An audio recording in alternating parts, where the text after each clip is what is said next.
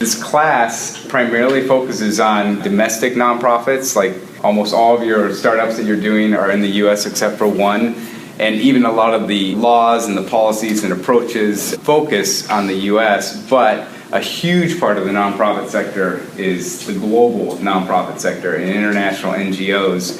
It's not a huge focus of this class, but we have one particular lecture dedicated to it, and I thought I'd bring in an expert in the field. And so Professor Brass, this is her area of expertise, not necessarily the whole world, but her main focus is on sub-Saharan Africa and NGOs in that region. And so she's going to talk about global and international NGOs. Professor Brass. Thank you. So just to tell you a little bit about myself, I see a couple familiar faces, but most of you I don't think I know. I am a professor here in SPIA. This I think is my 7th year on the faculty. And my research focuses on nonprofits in developing countries, mostly in sub-Saharan Africa. So some of my research looks at, I just published a book called Allies or Adversaries, NGOs and the State in Africa. So it looks at nonprofits and how they interact with states to provide services to people. And then I also have another project that looks specifically at energy services, so lighting and cooling and electricity, and electrification, mostly again in Africa, where a majority of people don't have access to electricity. So that's just a little bit about me, so you have an idea of who's standing in front of you. So today I'm going to be talking about international nonprofits. It'll be sort of just a very, very broad overview. If you have any questions at any time, feel free to just raise your hand. Happy to answer questions. So what are we talking about is sort of an overview of NGOs in developing countries, and then focusing more specifically on challenges that international NGOs face. And we'll look at 4 sets of challenges. So challenges related to funding, which are in your reading a bit. Challenges related to accountability, so who NGOs that work in development are responsive to, whether donors, the people who give them the money, or their recipients, the people they say they're helping. We'll look at cross-cultural work, some of the challenges that can come up, particularly if you're working in a country that's not your home country, and then challenges in political settings, so things like how is working in an authoritarian country, let's say how would working in China be different than working for a nonprofit in the US or in a place like maybe India that are democracies. Just to give you a definition of NGOs so you know what we're talking about, very similar to talking about nonprofits. As your reading mentioned, if you did your reading, I'm sure you all did your reading on Halloween. NGOs are basically, when we talk about nonprofits that are doing work in developing countries, we usually talk about NGOs rather than nonprofits. So a definition of NGOs, and this is from the Kenyan government, and I choose this one partly because I like this definition, I think it's a good definition, but also because I do a lot of work in Kenya. I bolded the key words or phrases, so we're talking about a private voluntary organization that is not operated for profit, so a nonprofit, which has organized itself either nationally or internationally. So either in one country or multiple countries, for the benefit of the public at large and doing things like social welfare, development, research, or charity. And you can see that's in things like health, humanitarian relief, agricultural work, education, industry, and sort of supply of services. So very similar, I would guess, to nonprofits in the US. There's a lot of different acronyms that are used when we're talking about nonprofits in developing countries. So you might see these, you might see others as well. I think your reading mentioned also GONGOs, which are government-organized nonprofits. You see a lot of GONGOs in authoritarian countries where the government doesn't want to give up full control of what's happening in the nonprofit sector, so the government organizes nonprofits, sort of an oxymoron. But the words that we see most often, or the acronyms, are NGO, which is non-governmental organization, CBO, which are community-based organizations, usually smaller organizations, not international, CSO, civil society organization. It often has some sort of democracy connotation, but not always actually. FBO, faith-based organizations, so religiously organized organizations. And then there's a lot of multinational organizations that are not NGOs, they're not nonprofits, they're government organizations, so collections of government actors, like the World Bank, WB, the UN, the United Nations. People often think of the UN as an NGO, but it is not, so don't make that mistake. It's a collection of governments, so it's better to think of those as multinational organizations. So if you think about the services that NGOs provide, I'm going to turn this back on in a second. You can see, this is actually specifically from Kenya, but you can see what types of things NGOs are doing. A majority in some countries and many, a plurality in many countries are doing sort of just general development work. So their work is not focused on any particular sector, but they might have a mission statement that says things like, our goal is to improve the quality of life in this place. Beyond that, the specific sectors you see most are health, marginal groups, that's programs focused on women, children, minorities, and the disabled, education, agriculture, the environment, and so on. And you can see here, this is a list of activities that different types of NGOs do in different sectors, just to give you an idea of what are we even talking about. So things like in agriculture, training on livestock rearing techniques, so that would be like the Heifer International. So training on how do you raise a goat so you can get milk from the goat, but you can also get more goats from the goat. So that's like the magic of the Heifer International, is that you can take one animal and create lots of animals with it. So how do you go about doing that? Health, this is an example, so HIV-related programs, anti-malaria programs, so things like bed net distribution or education about bed nets. Malaria is spread by mosquito bites.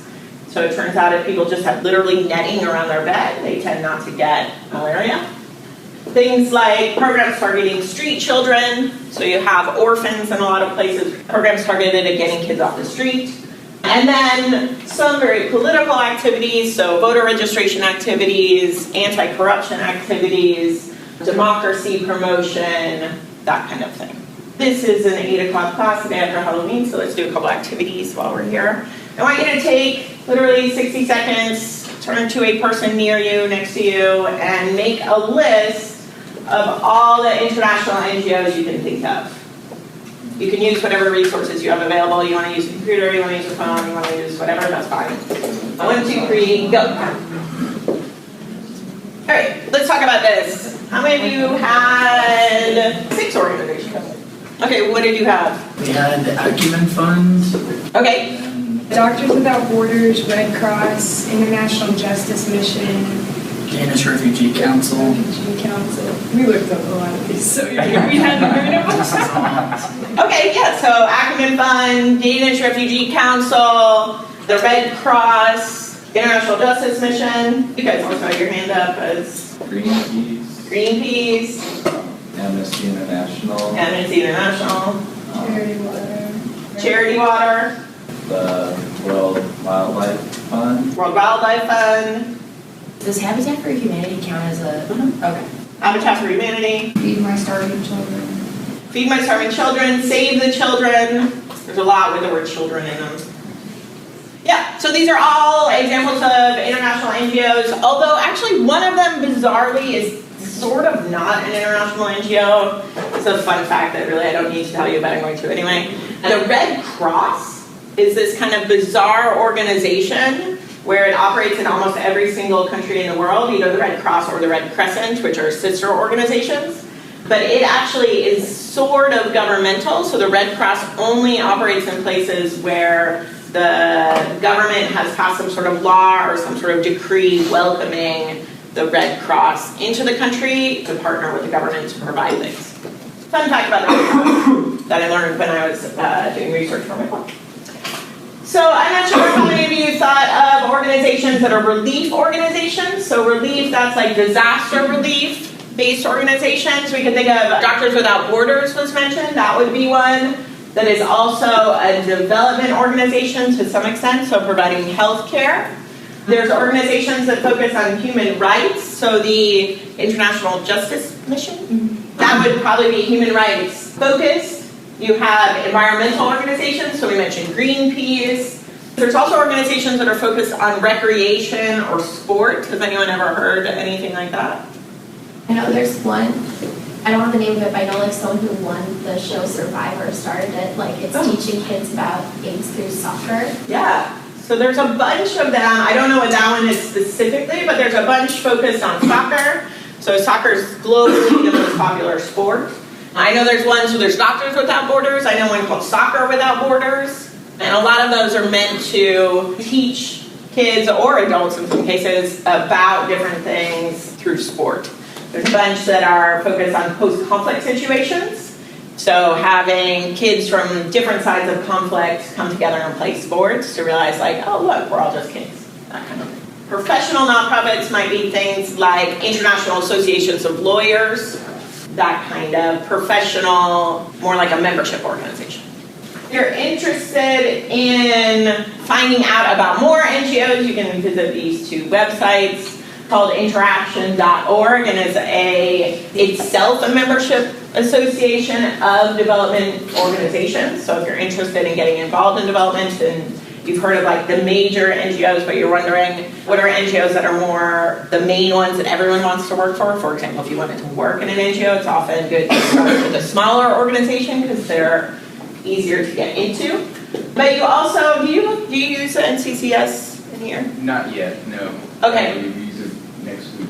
Oh, so you can come, you can use this as an example if you like. Next week, you're going to learn about the National Center for Charitable Statistics, NCCS, which is data on nonprofits in the U.S. Basically, this is how you search for NGOs, international organizations, in that data set. So there's a lot of diversity in NGOs. You can think of diversity in a number of dimensions. So as we already mentioned, NGOs do lots of different types of activities. So they can do relief, humanitarian relief, disaster relief, so after conflict with refugees, or during conflict with refugees, so thinking about the Syrian refugee crisis going on right now as an example, but also after natural disasters, so Hurricane Matthew. They can do development, so that is working on improving the livelihoods of people over time. Often development activities are focused on the principle of teach a man to fish. So this idea that if you give a man a fish, he can eat for a day, but if you teach a man to fish, then he can feed himself forever. So that's sort of the idea behind development activities. Basic needs, so that would be meeting people's basic needs, making sure they have clean water, food to eat, shelter, clothing, maybe basic health care, basic education. And then advocacy. Advocacy being more political activity, lobbying for policies, for human rights, for that sort of thing. So lots of different types of activities. NGOs can vary on their ideology. So are they focused on humanitarianism? Is their goal to help anyone who is suffering? Are they evangelical? Are they focusing on some sort of religious mission? Do they have a religious ideology? They have an ideology of political neutrality, so they will go into any place regardless of the political conditions there and provide services, or maybe they don't have that, so they might have an empowerment ideology, so they're going in to empower people to explicitly counter the dominant forms of power relations in a place. You can have variations in scope. Organizations can focus just on one issue area. They can say, this is our thing. Effort International is actually a great example of that. So they focus on livelihood improvement through giving animals. So that's a very specific single program NGO. Or they could focus on lots of things. So there's NGOs that do education work and healthcare work and advocacy work and agriculture work and environment work. And they do different programs. They do a number of programs in one place, or they do lots of different programs depending on where they are. So you can have also a variety of geographic scopes. So there's organizations that are, let's say, based in the US and they work only in one country, maybe Haiti, since we talked about Haiti earlier. Or you can have organizations that are based in the US that are working in 10 countries around the world, 20 countries around the world, 100 countries around the world. You can also have organizations that are based in developing countries that are working in other developing countries. So one of the world's largest organizations is called BRAC, which initially stood for Bangladesh Rural Action committee. So BRAC is one of the world's largest organizations, and it was founded in Bangladesh and now has operations in dozens of countries. So they don't have to be based in a wealthy country. Different degrees of formalization. So oftentimes people use the word NGO to mean lots of different things. So they mean it to mean little organizations, they mean it to mean big organizations, they use it to mean international organizations, they use it to mean domestic organizations. So some might be more formalized than others. Here I've given the example of CBO and NGO. So a CBO is a community-based organization. Usually those are small local organizations, so things like, say you're in a farming community in India, and the women in that farming community all get together to have a savings club, or to talk about women's issues, or to work on women's empowerment. That would usually be considered a CBO. If that same organization then expanded, it got members in a bunch of different villages, and then registered with the government, it would be more formalized, it would become an NGO. Obviously you can have big organizations and small organizations, but size can vary on a lot of different dimensions. So when we're talking about size, often people say like, oh, well, is that a big organization or a small organization? And then there's a secondary debate by, well, what does big mean?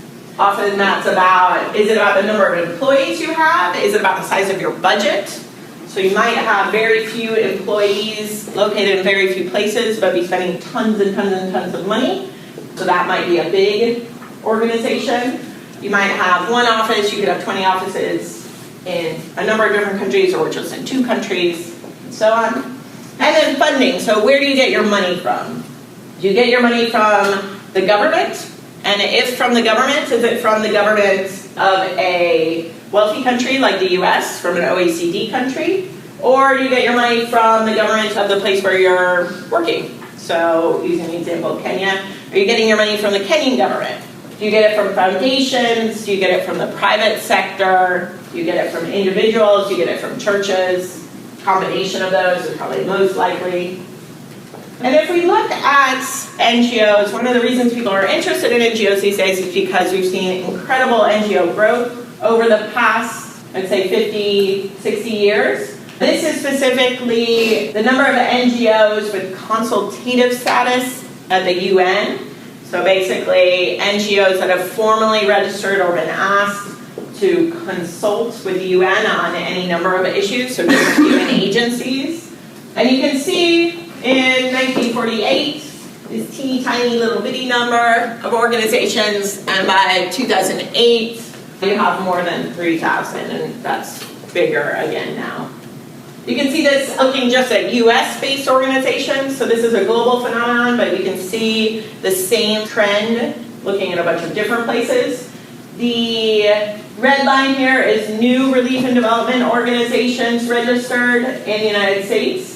And the green line is the ratio of new organizations to all new organizations. But basically they follow more or less the same line. So you see this massive increase largely following 1990. Your reading talked about why this has happened. So partly the Cold War ended and you had a wave of democratization. And that brought with it a lot of organizations focused on things like human rights, democracy, anti-corruption. You also had around the same time, but really beginning in the 1980s, you had a change in how developed countries in particular thought about the world. And they moved from a world where they focused on governments as being the correct answer to solve most problems, to thinking of markets or businesses as being a better solution. This is a period during the Reagan years, Maggie Thatcher in the UK, so where you often talk about privatization. So one of the things that happens if you privatize lots of things, services in a lot of developing countries, things like healthcare, education, drinking water, things that had been provided by the government in this period and that donors were focusing on governments to improve and expand. Those stopped being provided by governments, or less of them were provided by governments, and you had a growth of NGOs. The term people often talk about is filling the gaps where the state stopped providing services or stopped expanding service provision. So that was a lot of the move, is that you had NGOs step in because there weren't actually markets to develop these things, and particularly in very poor countries, those people didn't have the money necessarily to buy the things that you would expect a market to provide. So here's just a third example. This is NGOs registered in Kenya. So here with these charts just showing you that this is consistent in different places around the world. So this is the UN, that's the US, that's Kenya. You see very similar trends. The data is very hard to find for individual countries. So these were years that I could find in my own research for Kenya, basically where people had done this research. Starting around 1990, the government kind of started keeping track, but they really started keeping track more after 2000. There's now a database that sometimes they make available to people. But you can see about between 7,000 and 8,000 NGOs in Kenya, registered in Kenya. So let's talk about the challenges, or some challenges that NGOs face. So the first is a challenge in funding. This is looking at US-based organizations, where they get their funding. And here, the circled column is international organizations. And you can see that international organizations get most of their money. So these are organizations that are registered in the United States but do work in the international arena. Kind of get from private payments. So that would be payments for services. They get about 20% of funding from the government. That's the US government. Most US government funds go to a very small number of very, very well-established organizations. So another fun fact is that about 10% of registered organizations working in this field get about 90% of all government contracts to do work. Mostly, they're getting funding from private gifts.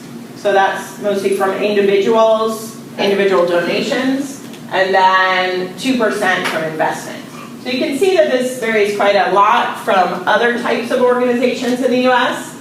So for example, if we look at health or higher education, they're getting, half of their money from fees that they charge.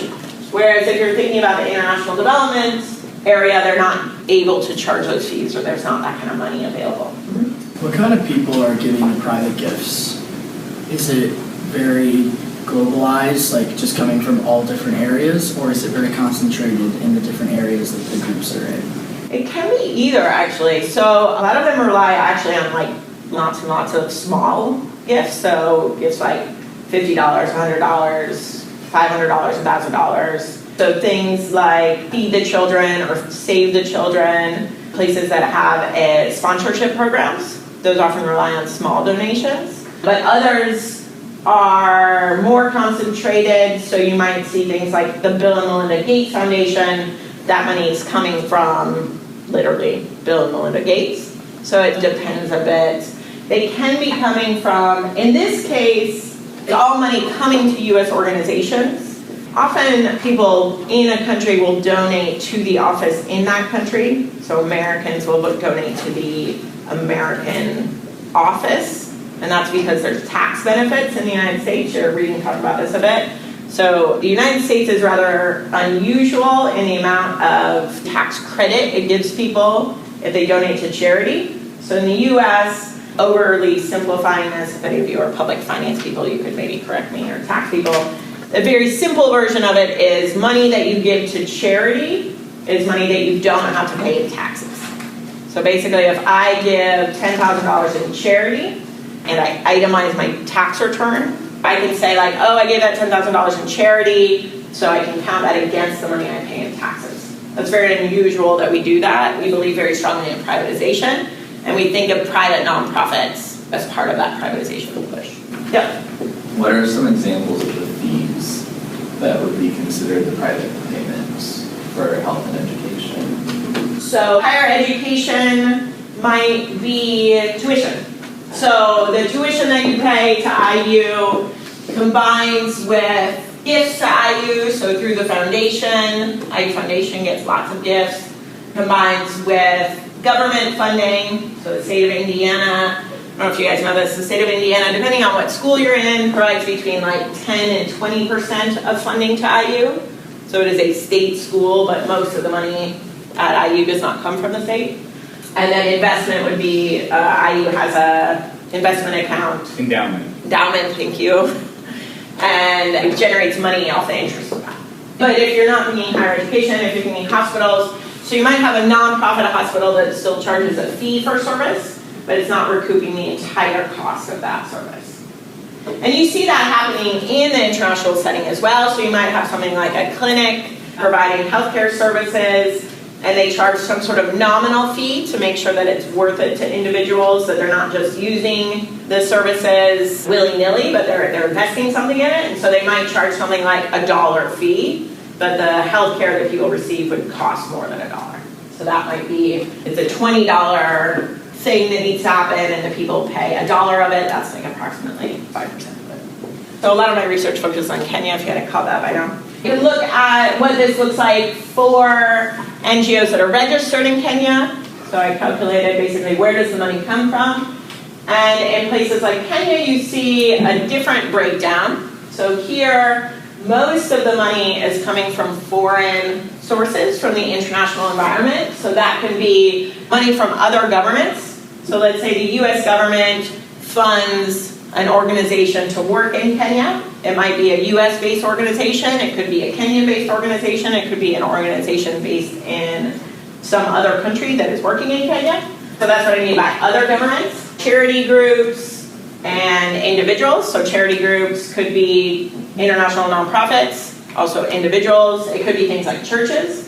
So that's where most, 90% of funding of organizations in Kenya is not coming from within Kenya, it's coming from outside. You can see another 8% coming from non-governmental sources within Kenya. So wealthy individuals in Kenya, companies and individuals in Kenya do a lot of donations. For example, I work with an education project in one of the slums of Nairobi, and it happens to be located in a place surrounded by factories. One of those factories happens to be a Tetra Pak. You guys know what Tetra Pak is? They make like juice boxes, milk boxes, like boxes of liquids with the cardboard, and there's like one company basically that makes most of those in the world. So the Tetra Pak is located right by them, and they package milk. So the Tetra Pak donates milk to the school. That would be an example of local non-governmental sources. And then only about 1% of funding in Kenya is actually from the Kenyan government. So the Kenyan government is not funding most of the NGO activities in Kenya. That's different in some other countries. So in Latin America, you have actually quite a lot of government funding for NGOs. But you can see that this would then be a challenge if you're trying to work in these countries, is thinking about, okay, well, where do we get our money from? You're basically spending a lot of time on fundraising. That's true for all nonprofits.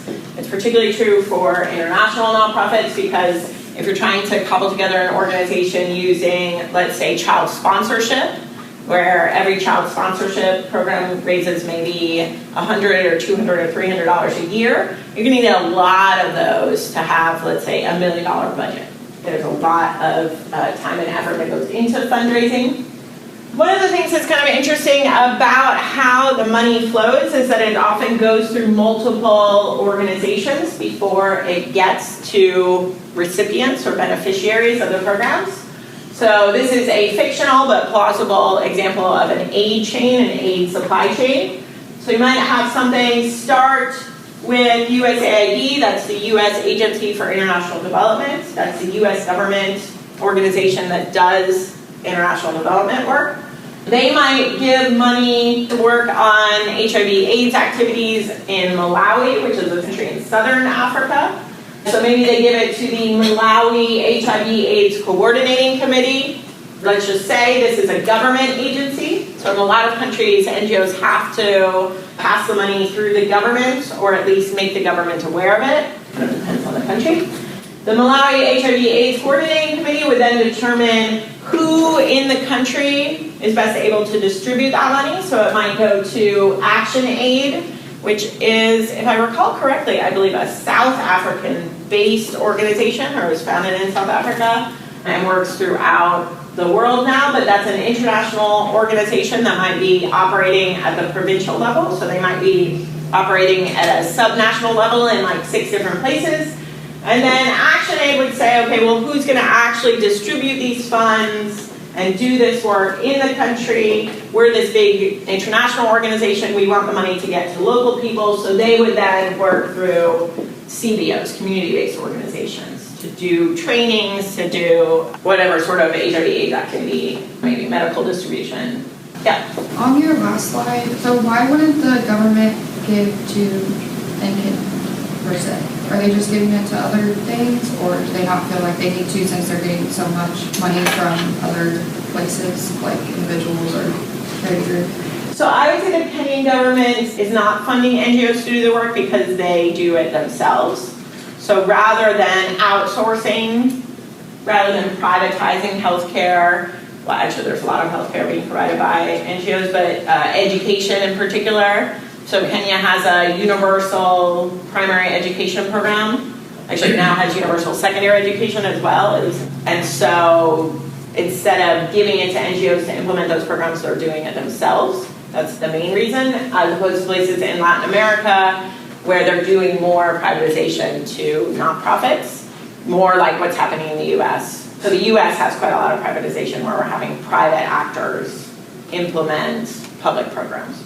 But yes, it is also partially because these organizations are being funded externally. But that gets into, I think, what I'm going to talk about next, which is that some countries don't actually love having NGOs and private organizations, especially international organizations, do this kind of work. So they're kind of either anti these organizations, or in the case of Kenya, more agnostic, so they see pros and cons of it.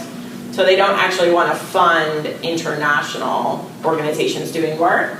The Kenyan government, going back to this, also does a ton of work through CBOs, but then it's basically the Kenyan government giving directly to Kenyan groups. So it's sort of that the Kenyan government doesn't want to give money to international organizations for work in Kenya. So the Kenyan government doesn't want to, let's say I go and work or any of you go and work, the Kenyan government doesn't want to pay my salary. So one of the challenges with funding is that a lot of countries, a lot of governments don't love that NGOs exist, and they especially don't like international NGOs. And so they worry that NGOs are basically acting on behalf of donor organizations, whoever's funding them, and those donors are maybe trying to control their country or control their resources. So an example of that would be in Zimbabwe.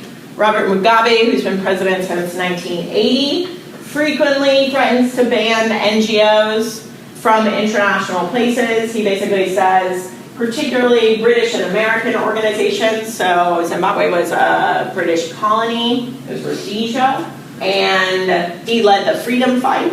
So Zimbabwe did not gain independence until 1980. So it's a very, very young country, and he's very skeptical of what international countries, particularly Western countries, are doing in his country, which is not entirely unreasonable given the history of colonization.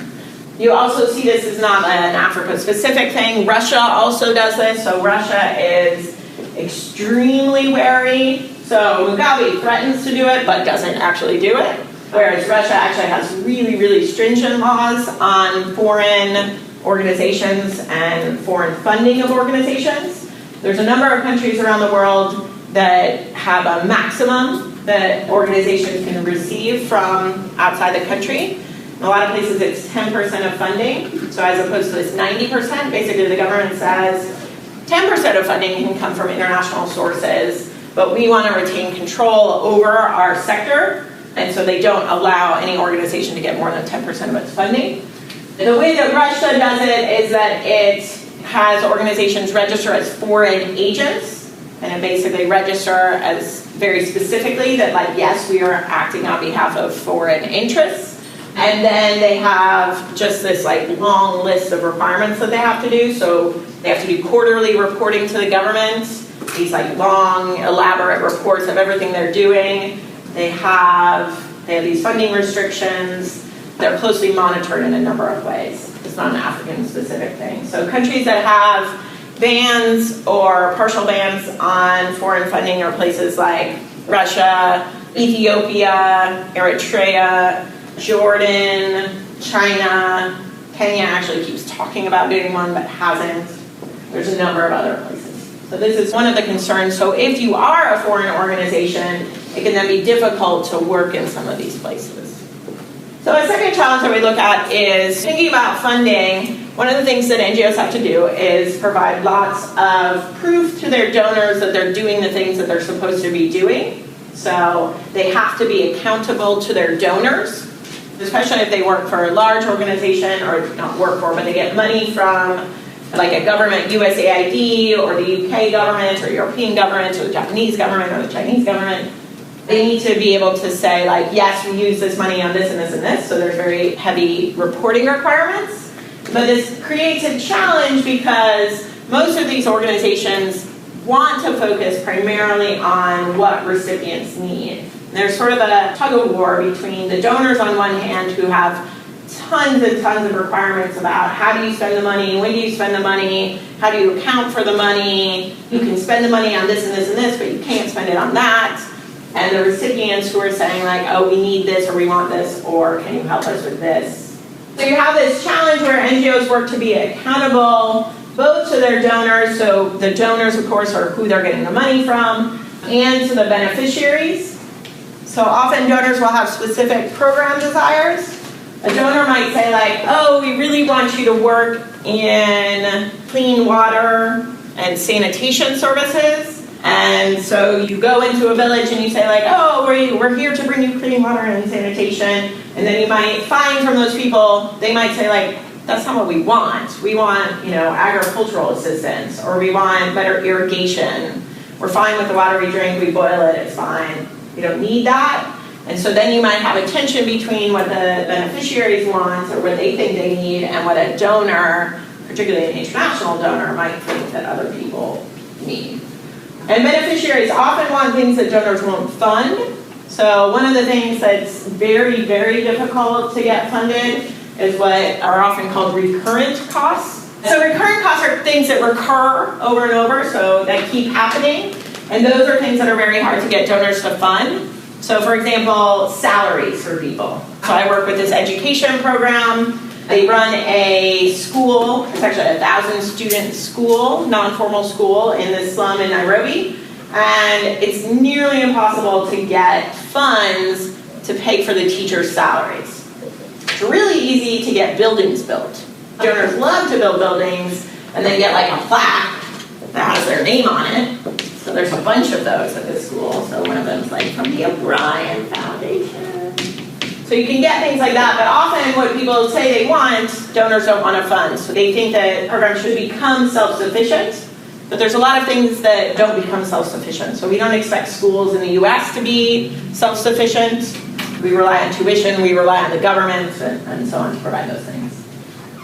These tensions that NGOs face often are at odds with some of the ideals that we have in international development. So one of those is that we do participatory development. So this is the number one thing that we say that we're going to do in international development is make it participatory. We say this at the global level when we're talking about giving money to governments. We say we want country ownership. We want countries to design their own programs and implement them. But we say it at the local level or lower levels as well with NGOs, where we say, so our goal is for people to go in and let's say go to a village. Let's say you guys were a village. I would say, okay, well, let's talk about what you need, what you think you need, what the problems here are, and you work with the people to find solutions. So that's the ideal, is that people are determining what they need and NGOs are coming in to help them help themselves to reach those things. But again, what often happens is a donor will say, oh, I want to fund this thing. And so then you try to figure out a way to make that match. It often doesn't. I mentioned this last thing already, that donors require massive amounts of record keeping. If you're a small NGO, you're a small nonprofit, that's very costly. Very detailed reports and records, maybe quarterly reports to every donor that you have. You might have 6 donors. You're going to spend a lot of your time writing reports to those donors saying how you spend your money. There's pros and cons of that. So on one hand, you're being accountable, but on the other hand, you're using time that you could be using on beneficiaries to make your donors happy. And then there's other issues with donor funding cycles. So donor funding cycles tend to be short. If you're looking at institutional donors, so really big donors, so governments, things like the Bill and Melinda Gates Foundation, the Global Fund, a lot of these big donors will give grants for 1 to 5 years. But a lot of development programs that you're going to want to do are going to take a lot longer than, certainly longer than 1 year, but often longer than 5 years also to really make a difference. Another challenge that you have is in working in cross-cultural settings. So one of the things that we find is that people don't always interpret everything that happens in the same way. They often don't, actually. Even in this room, if we did certain things, people might interpret it in multiple different ways. So you can imagine that if people in this room might see something happening and say like, oh, this is happening, or that is happening, or the other thing is happening, if you're going to a completely different culture, that's going to happen even in more extreme ways. And so one of the things that happens is that people try to make sense of whatever international organizations are doing, but it doesn't always translate correctly. And so where you see cultural variation, here are some big things. There are also things like how cultures view women, what their religious backgrounds are, but in really broad terms, is the culture generally more individualist or more collectivist? Those are terms. Individual is, the US is a very individualist culture.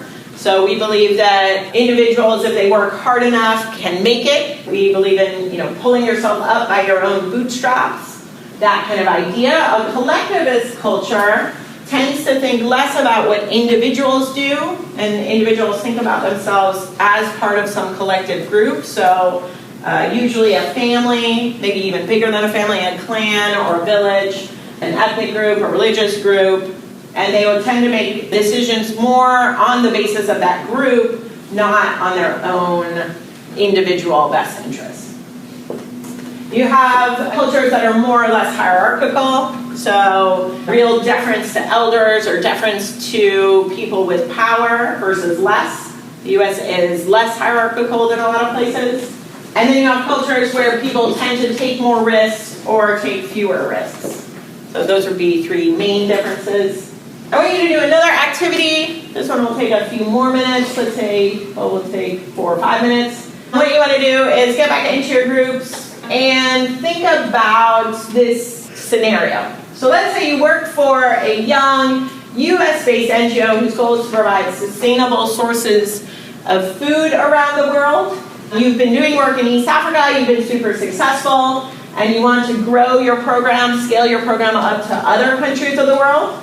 The Pasture Project has helped farmers grow sorghum and millet, nutrient-rich staple crops that are used in places in Africa, and to rear pigs. And you've decided to move to India, so you're expanding away from Africa into another continent. You're going to go to India.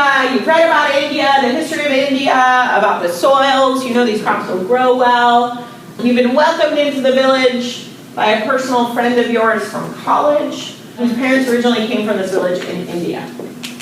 So thinking about this contextually, thinking about culturally, what knowledge do you need to know about this place where you're going in order for your project to be successful?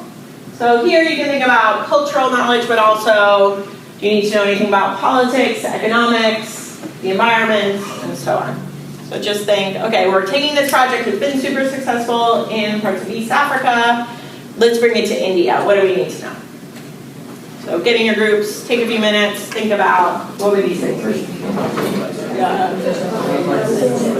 All right, let's talk about this. So what do you need to know about this place for this project to succeed?